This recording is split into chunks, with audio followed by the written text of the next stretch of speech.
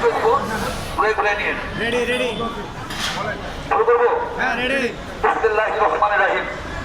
সম্মিলিত নন-এমপি ঐক্য পরিষদের আহত ঘোষিত চতুর্থবারের মতো স্বীকৃতিপ্রাপ্ত এবং অধিভুক্ত সকল শিক্ষা প্রতিষ্ঠান এমপিভুক্তির দাবিতে লাগাতার কর্মসূচির চতুর্থ ধাপের আজকের নবম দিনের সুপ্রিয় সাংবাদিক বন্ধুগণ, আমাদের সম্মিলিত নন-এমপি ঐক্য পরিষদের মুখ্য সমানক প্রিন্সিপাল নজরুল ইসলাম, সাংগঠনিক সমানক প্রিন্সিপাল মনিবুল হক, অন্যতম সমানক প্রিন্সিপাল সাদ্দাত Hossain, principal Abdul Salam, principal Makibullah Junaid, principal Habibur Rahman, principal আমাদের মাদ্রাসা আমাদের সরাসরি বাবুল ভাই সহ মিজান ভাই, মিজানুর হক মামুন ভাই সহ সকল সমন্বয়বৃন্দ সারা বাংলাদেশ থেকে, সেই টেকনাফ থেকে ধরিয়া রূপসা থেকে পাথুরিয়া, আমার সমাজের অবহেলিত অভুক্ত অত্যাহারে অনাহারে যারা দিনাতিপাত করছে সেই নন-এমপি শিক্ষক বন্ধুগণ, আসসালামু আলাইকুম রহমতুল্লাহ। আমাদের মাঠের সকলের মতামত নিয়ে সমন্বয় পরিষদের পরামর্শ করে আমাদের কর্মসূচি হয়। আপনারা জানেন গত বৃহস্পতিবারে অনাকাঙ্ক্ষিত ঘটনার কারণে হয়তো সাপে বর হয়েছে, হয়তো পুলিশ প্রশাসন চেয়েছিল আমাদের মত প্রকাশের স্বাধীনতাকে ধ্বংস করে দেওয়ার জন্য, বিনষ্ট করার জন্য। সরকারের মধ্যে বিগত ফ্যাসিবাদের দোষর রয়েছে, কাপ্তিমারা দালাল আছে, যারা অতি উৎসাহী পুলিশ কর্মকর্তা এবং প্রশাসনের লোকজন আছে, শিক্ষা মন্ত্রণালয়ে, অর্থ মন্ত্রণালয়ে অনেক কাপ্তিমারা দালালরা আছে, যারা বর্তমান সরকারের জনপ্রিয়তায়, বর্তমান সরকারের সফলতায় তারা ঈর্ষান্বিত হচ্ছে। ওই ইন্ডিয়া থেকে ওই ফ্যাসিবাদের দোষর হাসিনার নির্দেশনায় বাংলাদেশে অস্থির পরিবেশ সৃষ্টি করার চিন্তা করছে। আর উত্তরচন্ডী ফুলের ঘাড়ে চাপানোর জন্য নন-এমপি শিক্ষক, অভুক্ত অবহিত শিক্ষকদের ঘাড়ে সেটা নামানোর চেষ্টা করা হচ্ছে। আমাদের শান্তিপূর্ণ প্রোগ্রামে বাধা প্রদান করেছে, শিক্ষকদের যে বাধ্য করা গ্রেপ্তার করেছে, তার নিন্দা প্রতিবাদ আমরা এর আগে করেছি, এখনো করছি। আমরা সবসময় শান্তিপূর্ণ আমাদের অবস্থান কর্মসূচি আমরা বিশ্বাস করি। মাঝে মাঝে কর্মসূচি এই কারণে সরকারকে একটু চাপকটু দেওয়ার জন্য, একটু ঝাঁকি দেওয়ার জন্য। মাঝে মাঝে সরকার তো ক্লান্ত ঘুমিয়ে পড়ে, আবার অনেক আছে না অতি উৎসাহী, তারা দালাল শ্রেণী, তারা বিভিন্নভাবে বলে থাকে তো তাদের কয়েকজন শিক্ষক আছে, ও কয়েকদিন কথা মতো ক্লান্ত হয়ে বাড়ি চলে যাবে। আমি মনে করি আমাদের মাঠের লোকজন চায় আন্দোলন, চাই বিক্ষোভ, চাই বুক দিয়ে তারা জীবন দেওয়ার জন্য।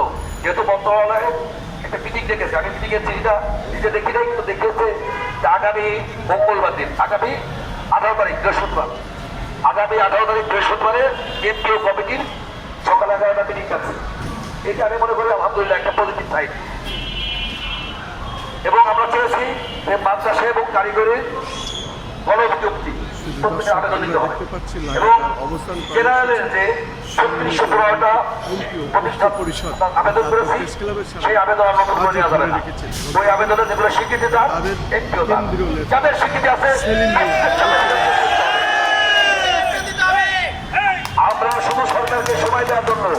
আর আমাদের মাঠের বন্ধুরা বলেছে আমরা প্রধানমন্ত্রীর সাথে সাক্ষাৎ করবো, আমরা এলজিআর মিনিস্টারের সাথে সাক্ষাৎ করবো, শিক্ষামন্ত্রী, শিক্ষা উপদেষ্টা মহোদয়, মাননীয় প্রধানমন্ত্রীর যে শিক্ষা বিষয়ক উপদেষ্টা মাহাদি আমিন সাহেব, তার সাথে আমরা কথা বলার জন্য আমরা সময় দিচ্ছি। আমরা আগামীকাল একটা অত্যন্ত, আমরা এখানে বলেছি, আমি আগে বলেছি, বলতে 80% বিএনপি এবং জামাত সমর্থিত প্রতিষ্ঠান। আমরা ভিন্নভাবে আর এই জিয়াউর রহমানের মাথায় 30 তারিখে গিয়েছি। আগামীকাল সকাল 11:30টার সময়, আগামীকাল সকাল 11:30টার সময় তার মা তারা ডেমোক্রেসি 8 সিটের 3 ধরে প্রধানমন্ত্রী দেশনেত্রী বেগম খালেদা জিয়ার কবর জিয়ারত করবো, ফাতেহাবাদ করবো, দোয়া করবো। এবং শহীদ রাষ্ট্রপতি জিয়াউর রহমান, তিনি মহান স্বাধীনতার ঘোষক, তিনি শিক্ষকদের বন্ধু। 1980 সালের 1 জানুয়ারি তিনি এই নন-এমপি শিক্ষক, বেসরকারি শিক্ষকদেরকে যারা বেতন পাইত না, এরকম বলাহারে অত্যাহারে জীবনযাপন করতো, তাদের মায়ার প্রতি, তাদের ভালোবাসার প্রতি শ্রদ্ধা জানিয়ে জাতীয় বিদ্যালয় স্কুলে নিয়ে তিনি 50% পদের ব্যবস্থা করেন। সেই মরহুম রাষ্ট্রপতি, শহীদ রাষ্ট্রপতি জিয়াউর রহমানের কবর জিয়ারত করবো, ফাতেহাবাদ করবো, দোয়া করবো। এবং আগামীতে কর্মসূচি হবে সরকারকে আমরা বুধবার দেখবো, আগামীকাল দেখবো। বুধবার দিন সকালবেলা 11টা 12টার দিকে আমরা সংবাদ সম্মেলন করে প্রদর্শিত কর্মসূচি দেবো। আপনারা রাজি আছেন তো? আমাদের অনেক ভুল থাকতে পারে, আমরা সরকারে, আমি নিজে বলছি আমি সরকারের একজন বরিষ্ঠ সমর্থন করবি, কিন্তু সরকারের যে ভুলগুলো আছে যে কোন কাজটা আগে করতে হবে কোন কাজটা পরে করতে হবে সরকারের কর্মকর্তারা একটু ডাইভার্ট করে দেওয়ার দিকে। আমি মনে করি বিগত ফ্যাসিবাদ মানে বিশেষ করে 16 আগস্ট বিপ্লবের পরে সরকারের প্রথম দায়িত্ব ছিল আইন শৃঙ্খলার প্রতি মানুষের শ্রদ্ধা আনা, আর সেকেন্ড দায়িত্ব ছিল রণনীতি শিক্ষকদেরকে খাবারের ব্যবস্থা করা, ইটের ব্যবস্থা করা। ঠিক কিনা বলেন? কারণ আইনের প্রতি শ্রদ্ধা না থাকলে সে দেশ ভালো করে না, তাই না? আর শিক্ষা তাদের যদি সুশিক্ষিত জাতি করা না যায় তাহলে কিন্তু দেশের কখনো উন্নত হয় না। আপনারা জানেন যে দেশ যত বেশি শিক্ষিত সেই দেশ তত বেশি সমৃদ্ধ হয়।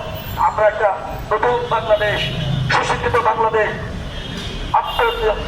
স্বনির্ভর একটা জাতি করার জন্য একটা বাংলাদেশ নির্মাণের জন্য আমরা অনেক বেশি শিক্ষকরা আইপিও পেলে ইনশাআল্লাহ সরকারের সাথে কাজ করবো এই প্রত্যাশা ব্যক্ত করে এখন অনুষ্ঠান পরিচালনা অনুরোধ করবো আমাদের অন্যতম মুখ্য সমন্বয়ক যিনি রাজপথের লড়াকু সৈনিক, দীর্ঘদিন আন্দোলন সংগ্রাম করেছে।